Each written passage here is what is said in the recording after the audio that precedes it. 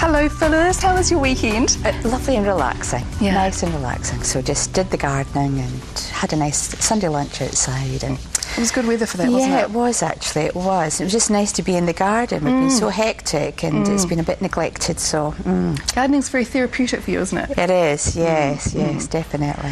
Now, today we're talking about manifesting our dreams. And when we talk about dreams, our dreams for the future. Yes. Because you're saying there's lots of kind of self-help books and things like that out at the moment, and they have proved quite successful, but a little hard to achieve.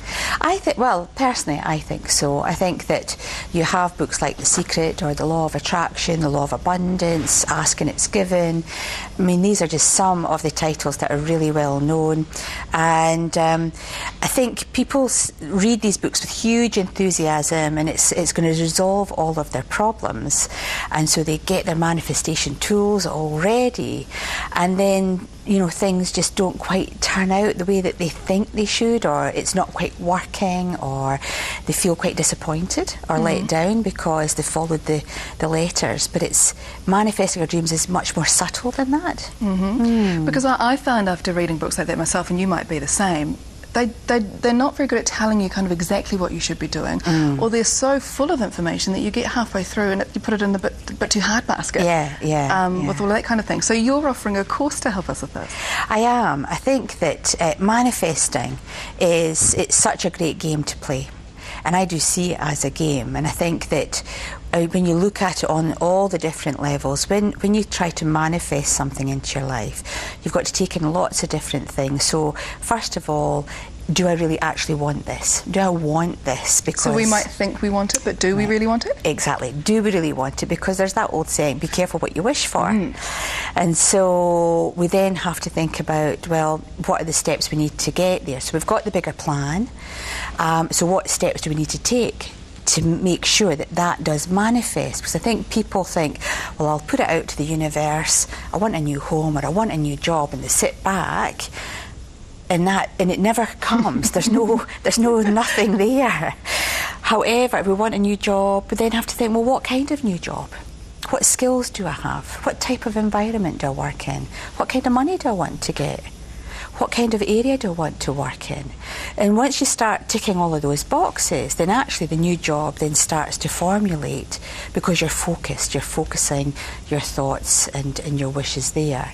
And I think with the spiritual laws, which they impact us every single day, then once you start to play that game and you start to see things actually coming into your life quite quickly, then you get the hang of it. But it's not just having a picture board or a box with all your favourite, you know, images of what you want your new house to be.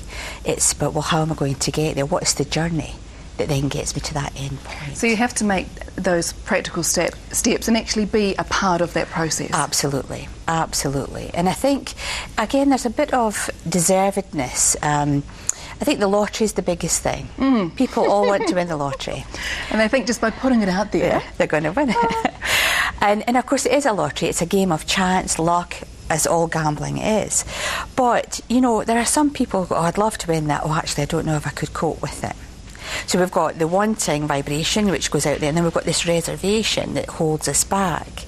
And, you know, I had a lovely example of a couple where she'd entered this competition to win a boat, and she was determined she'd won this boat. I've won that boat. She built the drive to accommodate the boat. She was just, oh, that was it. It was her boat. So much so she did phone the shop up to say, well, where's my boat? After the draw date. So she was all out here doing all this, and her partner was in the background, well, actually, I really don't want the boat. I don't want to win a boat. I actually don't want the responsibility of owning a boat, because we're going to have to use it, we're going to have to house it, we're going to have to maintain it. And so she was out here and he was back here. Needless to say, they didn't win the boat, because vibrationally it just wasn't right. And I think we've talked about vibration in the past, and I think your vibration has to be absolutely perfect for things just to slot into place. So there can be outside influences that are working against us, which we have to be mindful of. We have to be mindful of. And I think really clear and precise. We have to know what we want, know the steps that we need to get us there. So for me, the psychic development book, I put the thought there, well, I'm really hopeless at typing. I need somebody to type. And so the next day I had a client, my very first client, a lady called Jenny, said, after the reading, said, well, if you need any typing done, I'll do your typing. And that's so, it's like, they thought, oh, I'd like that book, but where are my skills? What do I need to help it function? And the universe provides it straight away. That's manifesting your dreams. Right, yeah. And the book is here, it's out and it's selling. And with the children's book, I can't paint or draw. I need someone to do the graphics for me. And the name popped into my head of this lady that I know. And I thought, oh, would you be interested in doing that? Absolutely delighted, Sonia said.